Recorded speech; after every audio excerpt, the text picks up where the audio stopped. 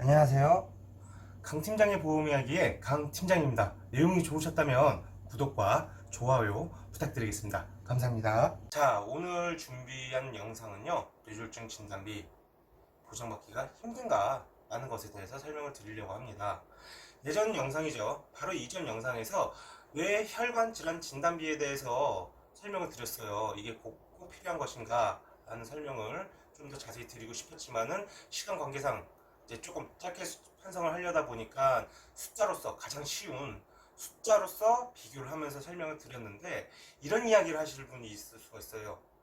아니, 뇌졸중 진단비는 보장받기가 힘들다. 그렇기 때문에 차라리 뇌혈관 질환 진단비를 미리 준비하는 것이 낫다. 이렇게 설명을 하실 분들이 있을 수가 있습니다. 그렇기 때문에 제가 이 영상을 준비했는데, 우리가 알아봐야 될 게 뭘까요? 뇌졸중 진단비가 정확하게 무엇인지. 물론 이 부분은 이전 영상에서 간략하게 설명을 조금 드린 부분이 있는데, 좀 더 간단하게 그리고 쉽게 설명을 드릴게요. 두 번째는, 그러면 왜 보장받기가 힘든지 그 부분에서 이유를 알아야겠죠. 그 이유를 알면은 이런 말이 있지 않습니까? 적을 알고 나를 알면 백전백승이다. 그러니까 최소한 우리가 보험사가 어떻게 공격 나올지를 알아야 반격을 할 수 있겠죠. 그러니까 이 두 가지 부분을 설명을 오늘 드려보려고 합니다. 자, 우리가 그러면은 뇌졸중이 무엇인지 그걸 정확하게 판단해야겠죠. 그러려면은 뇌졸중이 무엇인지 간략하게 설명을 드릴게요. 사실 뇌졸중이라고 하는 진단명은 없습니다. 재밌죠?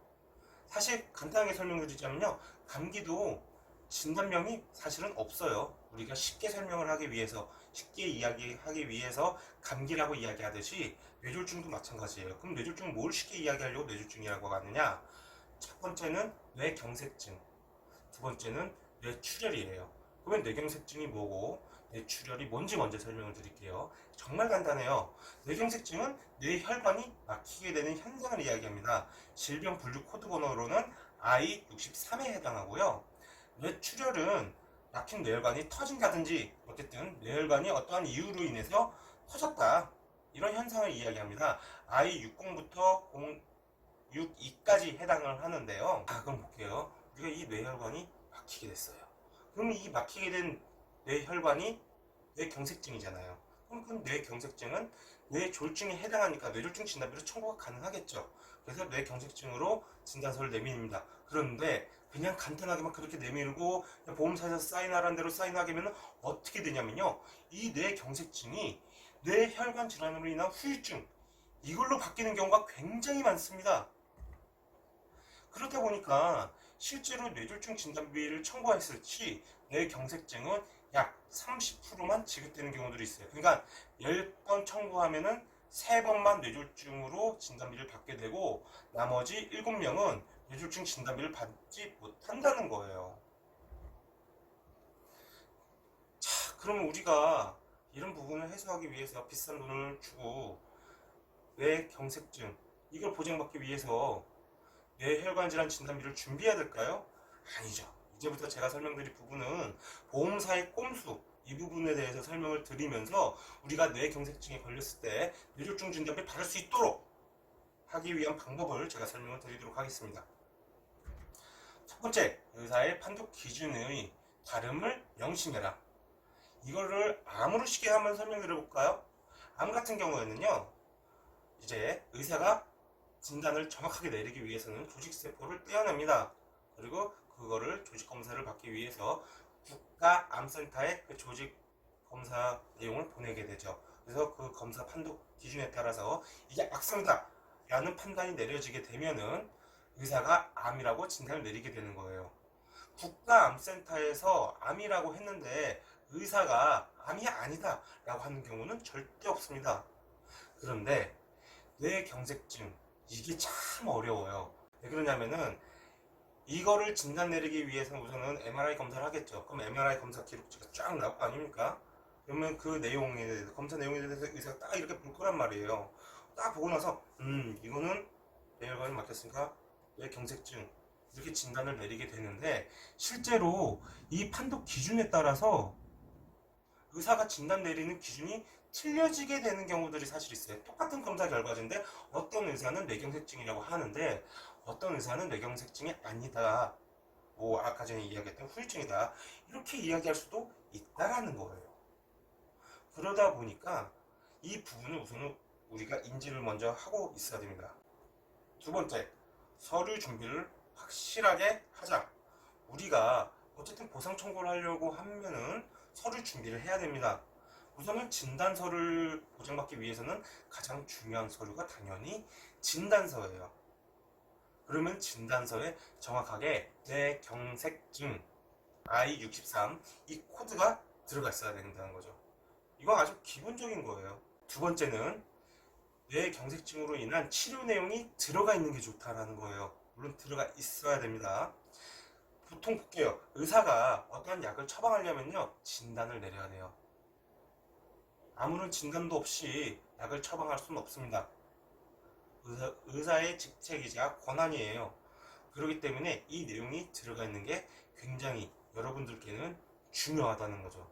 자, 이 두 가지 서류를 그러면은 완벽하게 우리가 준비했어요. 진단서 그리고 치료받은 내용, 이 두 가지 서류가 우선 기본적으로 완벽하게 준비가 됐으면은 보험사에서 이 서류를 가지고 해당 병원의 의사에게 의료 자문을 구합니다. 그러면 의료 자문을 구했을 때 의사가 이미 뇌경색증이라고 진단을 내렸고 또 뇌경색증으로 인해서 약 처방 및 치료를 했단 말이죠. 이 내용은 쉽게 변하지가 않아요.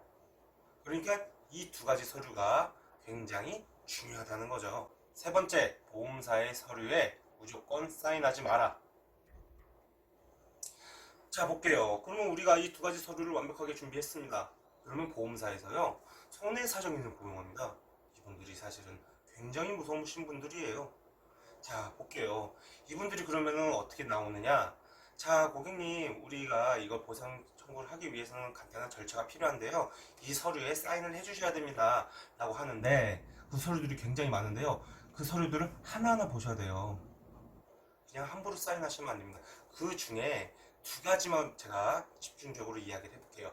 첫 번째는요, 보험사에서 고객님을 믿지 못하고 다른 병원에서 치료받았던 내용이 있었는지 없었는지 이런 거 확인하기 위해서 사인하는 서류가 있습니다. 뭐 조회 동의서에 관련된 내용이에요. 이 조회 동의서에 굳이 사인하지 마세요. 그냥 고객님들이 나 이건 사인하기 싫다, 그러면 보험사에서 뭐라고 하냐면은 그러면은 같이 동행해 주셔야 되는데 그렇게 해주시겠어요? 라고 하게 되는데요, 그냥 동행하세요. 같이 동행하겠다 라고 이야기하는 게 고객님들께, 청구하신 분들께 더 유리합니다.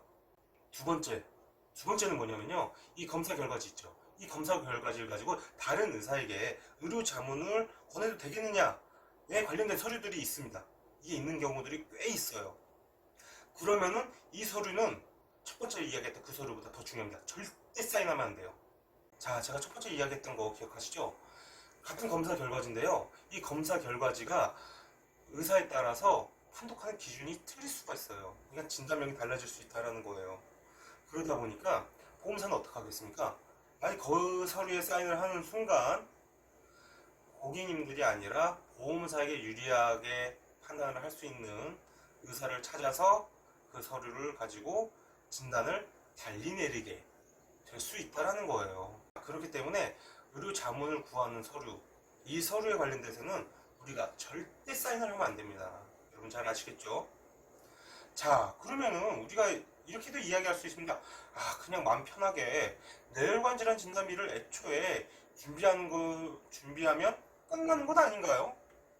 그렇지가 않습니다. 그 이유는요, 뇌경색증은요, 급성이 아닌 이상 통상 경미한 경우가 많습니다.